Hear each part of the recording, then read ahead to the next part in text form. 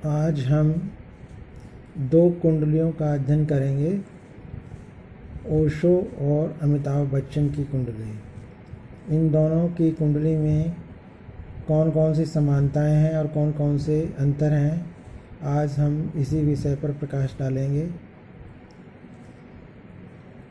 ओशो एक गुरु रहे हैं और इन्होंने आध्यात्म विषय पर काफ़ी प्रकाश डाला है, और अमिताभ बच्चन फिल्म इंडस्ट्री के बेताज बादशाह हैं और एक सुपरस्टार रह चुके हैं।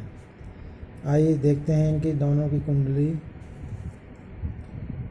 इन दोनों की कुंडली में अष्टम भाव में 4 और 5 ग्रह विराजमान हैं।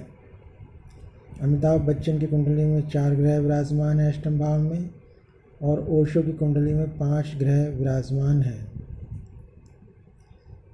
अष्टम भाव में या त्रिक भाव में अगर कई ग्रह इकट्ठे हो जाते हैं और वे राजयोगों का निर्माण करते हैं तो व्यक्ति सफल और कामयाब हो जाता है, अगर उन्हें केंद्र और त्रिकोण में बैठे हुए ग्रहों का साथ मिल जाए तो।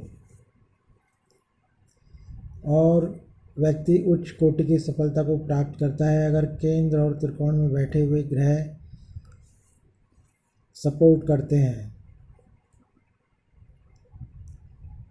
अमिताभ बच्चन की कुंडली में 4 ग्रह हैं,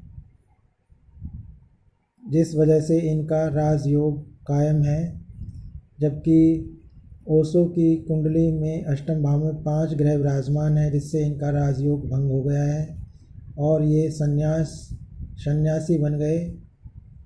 परंतु अमिताभ बच्चन की कुंडली में 4 ग्रह हैं। 4 ग्रह तक अगर एक भाव में विराजमान हो तो व्यक्ति सन्यासी नहीं बनता और राजयोगों का सुख भोगता है, परंतु 4 से अधिक ग्रह एक ही भाव में बैठ जाते हैं तो राजयोग भंग हो जाता है और व्यक्ति वैराग्य और संन्यास की तरफ मुड़ जाता है। ओशो की कुंडली में सूर्य और गुरु और राहु, ये 3 ग्रह शक्तिशाली होकर के बैठे हुए हैं।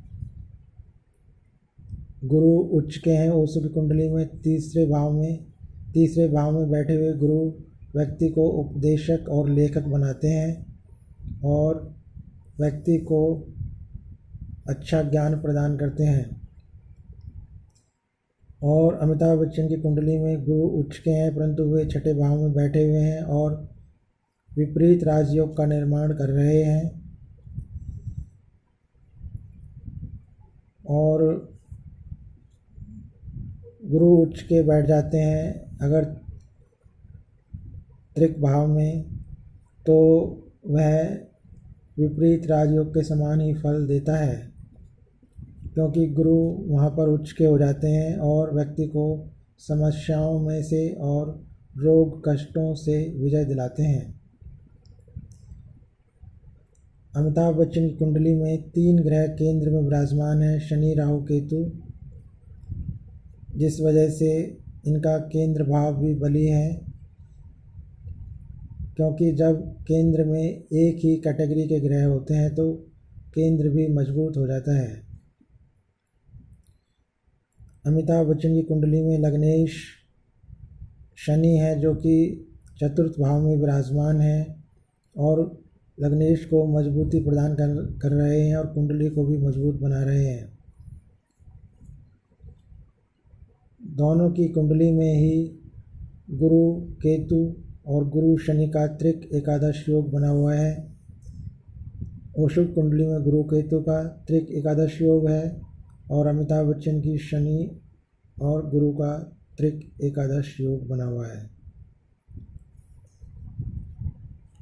परंतु दोनों ही कुंडली काफ़ी प्रबल और मजबूत हैं, क्योंकि जो अष्टम भाव में बैठे हुए हैं ग्रह वे कई राजयोगों का निर्माण कर रहे हैं।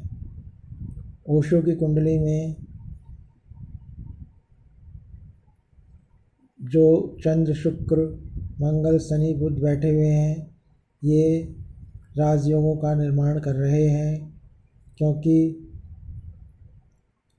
बुध ओशो की कुंडली में पंचम भाव के स्वामी हैं और शुक्र लगन भाव के स्वामी हैं और शनि नवम भाव के स्वामी हैं। इस प्रकार से तीनों त्रिकोणों के स्वामियों का संयोग अष्टम भाव में बन गया है। यह एक महान राजयोग होता है और व्यक्ति को सफलता प्रदान करता है। और इसके अलावा ओशो की कुंडली में शनि और मंगल का केंद्र त्रिकोण योग बना हुआ है, क्योंकि मंगल है सप्तम भाव के स्वामी और शनि है नवम भाव के स्वामी। इस प्रकार से केंद्र त्रिकोण योग भी है और त्रिकोणों के स्वामियों का संयोग भी बन रहा है। जबकि अमिताभ बच्चन की कुंडली में 2 केंद्र त्रिकोण योग बने हुए हैं। बुध और शुक्र का केंद्र त्रिकोण योग है, क्योंकि शुक्र यहाँ पर चतुर्थ भाव के स्वामी हैं और बुध हैं पंचम भाव के स्वामी। अमिताभ बच्चन की कुंडली में दूसरा केंद्र त्रिकोण योग बना हुआ है शुक्र और मंगल का, क्योंकि शुक्र नवम भाव के स्वामी है और मंगल दसम भाव के स्वामी है। केंद्र त्रिकोण योग भी बन रहा है और नवमेश दशमेश की युक्ति भी हो रही है अष्टम भाव में।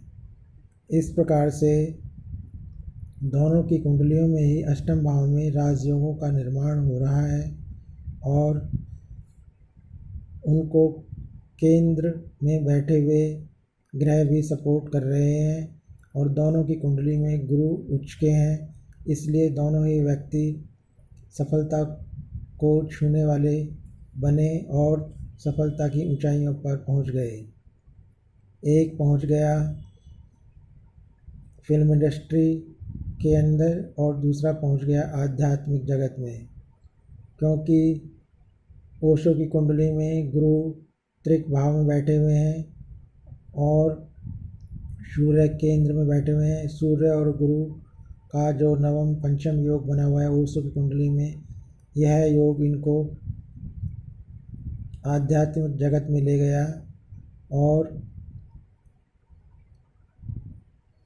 और इनको सफलता की ऊंचाइयों पर ले गया। दोनों की कुंडली में ही काफ़ी समानताएं हैं और काफ़ी अंतर भी है, परंतु दोनों ही कुंडलियां काफ़ी प्रबल और मजबूत हो गई हैं। यह था इनकी कुंडलियों का तुलनात्मक विश्लेषण। कृपया आप हमारे चैनल को सब्सक्राइब करें और हमारे चैनल की वीडियोस को देख करके ज्ञान और लाभ प्राप्त करें।